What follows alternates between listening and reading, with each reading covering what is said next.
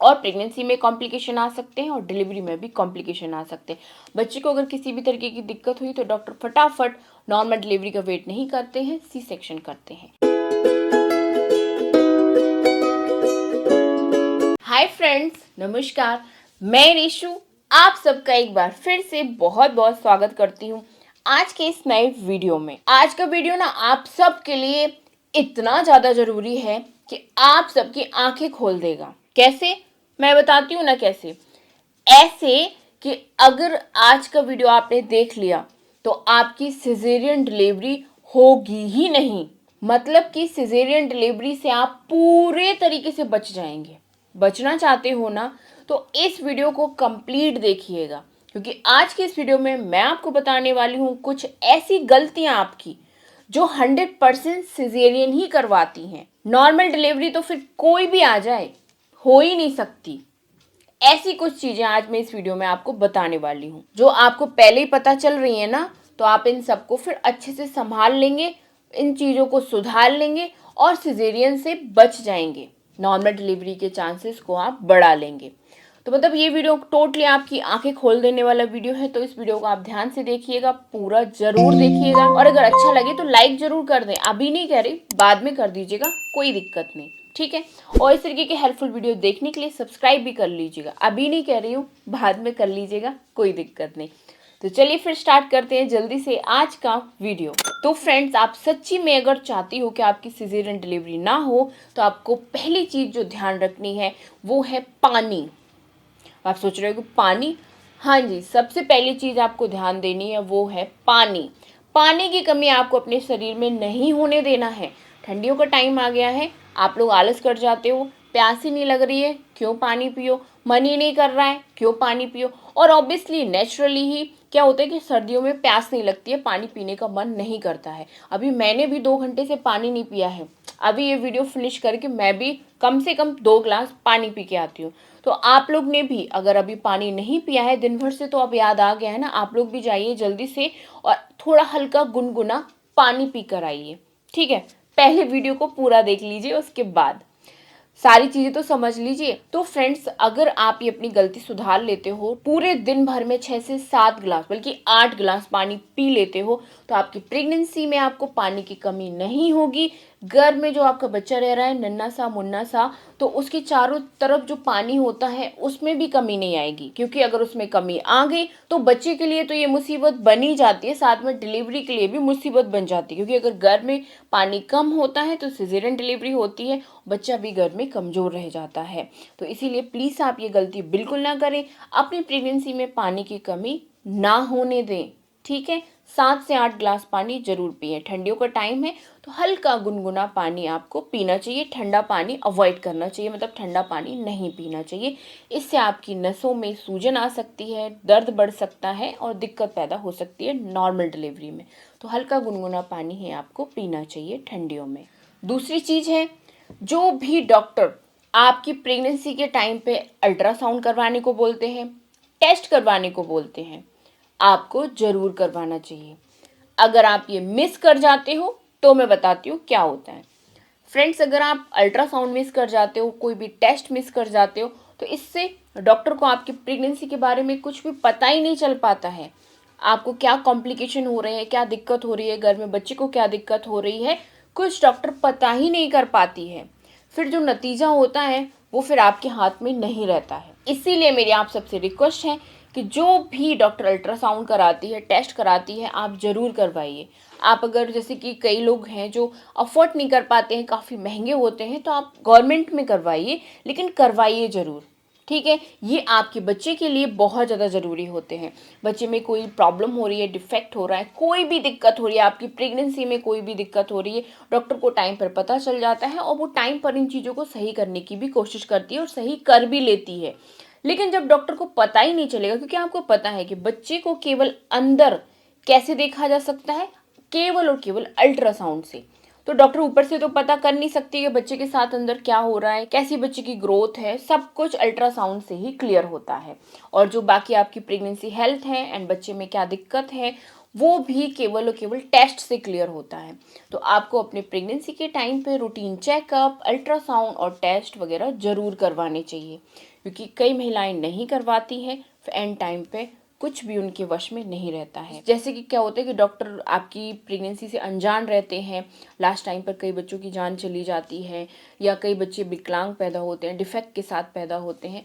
तो ऐसा कभी भी किसी के साथ ना हो, इसीलिए मैं आपसे कहती हूँ कि डॉक्टर को पल पल आपकी प्रेगनेंसी के बारे में पता होना चाहिए। ठीक है। तो दूसरी चीज़ ये बहुत ज़्यादा इंपॉर्टेंट है, इस पर आपको ध्यान जरूर देना चाहिए। अब चलते हैं हम नेक्स्ट पॉइंट की तरफ, जो है आपका बीपी। अगर आपका प्रेगनेंसी में हाई बीपी रहता है तो आपको डॉक्टर के टच में बने रहना चाहिए। डॉक्टर जो भी आपको करने को देता है, जो भी आपको प्रिकॉशन बताता है, क्या सावधानी रखनी है, सब कुछ कीजिए जिससे कि आपका बीपी कंट्रोल में रहे। क्योंकि अगर आपका बीपी हाई रहता है एंड टाइम तक, तो आपकी नॉर्मल डिलीवरी फिर नहीं हो पाती है, सिजेरियन ही डॉक्टर को करनी पड़ती है। इसलिए बीपी को अपने कंट्रोल रखें, डाइट में कंट्रोल रखें, ज़्यादा नमक का सेवन ना करें, और जैसे कि घी वगैरह, ऑयल वगैरह की चीज़ें मत खाइए अपनी प्रेगनेंसी में, जिससे कि आपका बीपी नॉर्मल रहे। और टाइम टू टाइम अपना बीपी चेक करवाते रहिए। इसके बाद नेक्स्ट चीज़ होती है आपका हीमोग्लोबिन। अगर आपका प्रेगनेंसी में काफ़ी टाइम से हीमोग्लोबिन कम बना रहता है, तो ये भी कहीं ना कहीं प्रॉब्लम खड़ी कर सकता है आपकी नॉर्मल डिलीवरी में। क्योंकि अगर हीमोग्लोबिन कम होता है शरीर में, तो फिर नॉर्मल डिलीवरी पॉसिबल नहीं हो पाती है, फिर सी सेक्शन होती है। तो आपको अपना HB मतलब खून की मात्रा भी प्रेगनेंसी में मेंटेन रखनी चाहिए। ऐसी डाइट लेनी चाहिए जिससे कि पूरी प्रेगनेंसी आपके शरीर में खून की कमी ना हो, आपका HB एकदम सही रहे और नॉर्मल डिलीवरी पॉसिबल हो पाए। उसके लिए आपको, जैसे कि सर्दियों में बहुत सारी चीज़ें आ रही हैं, जल्दी से अपनी डाइट में लेना स्टार्ट कर दीजिए। आप ढेर सारी सलाद खाइए, दोपहर में खाइए, शाम को खाइए। उसमें गाजर, चुकंदर, टमाटर, मूली भी आ रही है, मूली का सेवन भी आप कर सकते हो। मतलब जैसे भी हो टेस्टी बनाकर खाइए सलाद को काला नमक डाल के। तो ये चीज़ें आप खाते हो ना प्रेगनेंसी में, अपनी सलाद लेते हो, गाजर ज़्यादा मात्रा में लेते हो, तो आपका जो हीमोग्लोबिन लेवल है वो मेंटेन रहता है, कम नहीं होता है, लेवल पर रहता है। साथ में जो डॉक्टर ने आयरन की गोली दी है ना आपको, वो भी टाइम टू टाइम जरूर लीजिए। उससे भी आपको खून की कमी नहीं होती है और लेवल आपका सही रहता है खून का, और नॉर्मल डिलीवरी फिर पॉसिबल हो पाती है। इसके बाद नेक्स्ट चीज़ है आपका वेजाइनल डिस्चार्ज। अगर फ्रेंड्स आपको जैसे कि नॉर्मल वेजाइनल डिस्चार्ज होता है प्रेगनेंसी में, तो कोई दिक्कत नहीं है। जो ये नॉर्मल वेजाइनल डिस्चार्ज होता है, मतलब वाइट डिस्चार्ज होता है, वो क्या होता है कि शुरुआती प्रेगनेंसी में पतला पतला आता है, हल्का वाटरी टाइप का। धीरे धीरे ये थोड़ा सा गाढ़ा हो जाता है। थर्ड ट्राइमेस्टर तक आते आते, मतलब 7, 8, 9वें महीने तक आते आते जो ये डिस्चार्ज है वो और गाढ़ा हो जाता है, एकदम बलगम की तरह हो जाता है और आपके प्राइवेट पार्ट से निकलने लगता है। लेकिन आपको कभी भी लगे कि आपके प्राइवेट पार्ट से बहुत ज़्यादा पानी की तरह रिसना स्टार्ट हो गया है, पानी की तरह निकल रहा है, कपड़े गीले हो रहे हैं आपके, तो ये बहुत ज़्यादा डेंजर होता है। ये समय से पहले पानी की थैली फटने का संकेत होता है। ऐसे में आपको तुरंत डॉक्टर से मिलना चाहिए। साथ ही में आपको जैसे कि डिस्चार्ज हो रहा है नॉर्मल वाला ही, लेकिन उसमें बहुत गंदी स्मेल है, बहुत गंदी स्मेल आ रही है। क्योंकि अगर जो नॉर्मल वाला डिस्चार्ज होता है ना, उसमें स्मेल नहीं होती है गंदी वाली, लेकिन अगर स्मेल है तो ये फिर नॉर्मल नहीं है।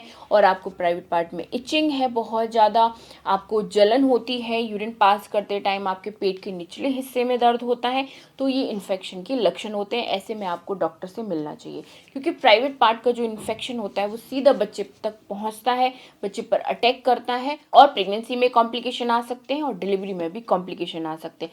बच्चे को अगर किसी भी तरीके की दिक्कत हुई तो डॉक्टर फटाफट नॉर्मल डिलीवरी का वेट नहीं करते हैं, सी सेक्शन करते हैं। इसलिए सी सेक्शन से बचना चाहती हैं तो इस चीज़ पर भी आप ध्यान दें। इसके बाद एक और स्पेशल चीज़ है, वो है आपकी डाइट। अगर आपने पूरी प्रेगनेंसी एक healthy diet, balance diet follow कर ली ना, तो फिर कोई नहीं रोक सकता आपकी नॉर्मल डिलीवरी होने से। क्योंकि डाइट एक मेन रोल प्ले करती है आपकी प्रेगनेंसी में। अगर आप एक हेल्दी डाइट शुरुआत से ही लेते आ रहे हो, बैलेंस डाइट लेते आ रहे हो, क्योंकि आपको तो पता ही है कि प्रेगनेंसी में क्वांटिटी नहीं क्वालिटी डिसाइड होती है आपके खाने की।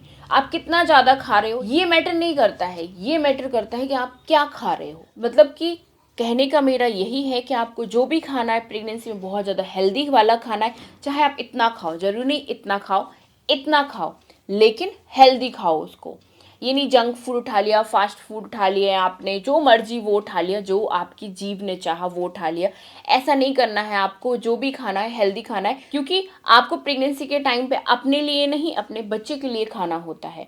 आप तो अपनी जीभ का टेस्ट पूरी ज़िंदगी भर ले सकते हो, कोई दिक्कत नहीं, लेकिन अभी आपको अपने बच्चे के लिए डाइट लेनी है, जिससे कि आपके बच्चे को आपके जरिए अच्छे तरीके से न्यूट्रिशन मिले, जिन चीज़ों की बच्चे को ज़रूरत होती है विकास के लिए वो मिले, जिससे कि आपकी प्रेगनेंसी हेल्दी बने, घर में बच्चा हेल्दी बने और नॉर्मल डिलीवरी आसानी से हो पाए। क्योंकि अगर आप एक हेल्दी डाइट फॉलो करते हो प्रेगनेंसी में तो बच्चे को न्यूट्रिशन मिलते हैं, न्यूट्रिशन मिलने से बच्चे का वजन सही रहता है और नॉर्मल डिलीवरी के चांसेस बन जाते हैं और आप भी फिजिकली स्ट्रांग होते हो। तो अपनी डाइट में बाहर की चीज़ें बिल्कुल ना लें, हेल्दी चीज़ें खाएं, सलाद खाएं, फ्रूट्स खाएं, घर में जो बनता है रोटी सब्जी दाल रायता दही लस्सी दूध पनीर छाछ सब कुछ लें, घर का लें, शुद्ध लें, ठीक है। अब इसके बाद एक और लास्ट चीज़ जो बहुत ज़्यादा ज़रूरी होती है नॉर्मल डिलीवरी के लिए, वो होती है आपकी फिजिकल एक्टिविटी। जैसे कि अगर आप पहले से ही अपने काम करते आ रहे हैं, आपकी प्रेगनेंसी में कॉम्प्लिकेशन नहीं है, तो फिर आपको एक्टिव जरूर रहना चाहिए। अपने घर के छोटे मोटे काम तो करते ही रहना चाहिए, घर का झाड़ू पोछा है, ये चीज़ें हैं करते ही रहना चाहिए। अगर आप कंफर्टेबल हो तब तक जरूर कीजिए। मतलब पूरे 1 से 9 महीने आपके एक्टिव होने चाहिए। एक्टिव का मतलब घर के काम, थोड़ी बड़ी वॉकिंग, लास्ट के महीनों में आप एक्सरसाइज कर सकते हैं जो कि आपकी नॉर्मल डिलीवरी में हेल्प करेंगी। एंड वॉकिंग तो आपको पूरी प्रेगनेंसी ही करनी चाहिए, 1 से पूरे 9 महीने तक ही करनी चाहिए, लेकिन 3rd ट्राइमेस्टर से आपको 2 टाइम वॉकिंग करनी चाहिए, सुबह भी और शाम को भी, और साथ में रेस्ट भी ज़रूरी है।